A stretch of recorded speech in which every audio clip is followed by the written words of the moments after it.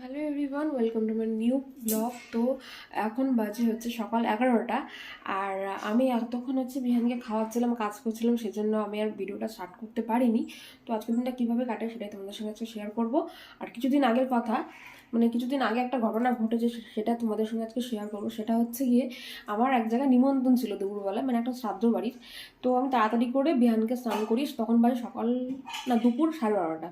তো সেইভাবেই আমি ওকে স্নান টান করি আমার খাটে, মানে আমার ঘরের মধ্যে খাটের ওপর ওকে বসিয়ে কার্টুন চালিয়ে দিয়ে আমি স্নান করতে যাই, যে তাড়াতাড়ি যাবো, আমি তাড়াতাড়ি 2 মিনিটের মধ্যে স্নান করে বেরোবো।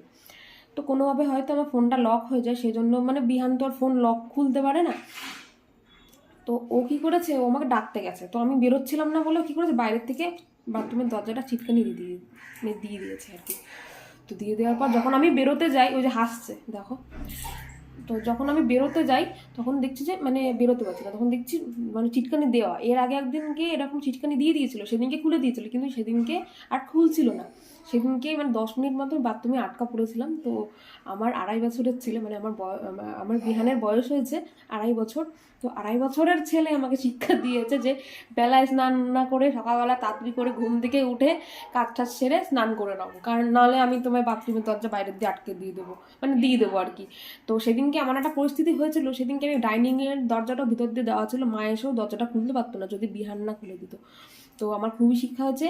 এই শিক্ষা থেকে আমি মানে তোমাদের বলছি, মানে নতুন মা যারা আছো তারা কিন্তু সকালবেলা বাসি কাজ সেরে স্নান টান করে নাও, কারণ তোমাদের বাচ্চাও এরকম করতে পারে। তো যাই হোক, এসব কথা বাদ দাও।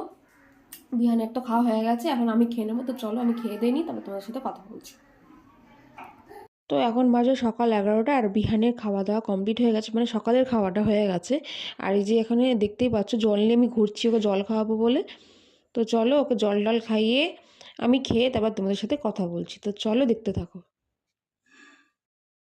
তো এখন বাজে দুপুর 2:30, আর আমি মাঝখানে ভিডিও করতে গিয়ে করতে পারিনি, কারণ আমি একটু কাজে ব্যস্ত হয়ে গেছিলাম সেজন্যে। তো চলো দুপুরে খাওয়া সেরে নিয়ে তোমাদের সাথে বিকালে কথা হচ্ছে। তো চলো দেখতে থাকো। তো এখন বাজে সন্ধ্যে 6টা, আর আমার সন্ধ্যে দেওয়া হয়ে গেছে। আর আজকে যেহেতু বৃহস্পতিবার, সেই জন্য আজকে পাঁচালি পড়তে হয়েছে। তো পাঁচালি আমার পড়া হয়ে গেছে।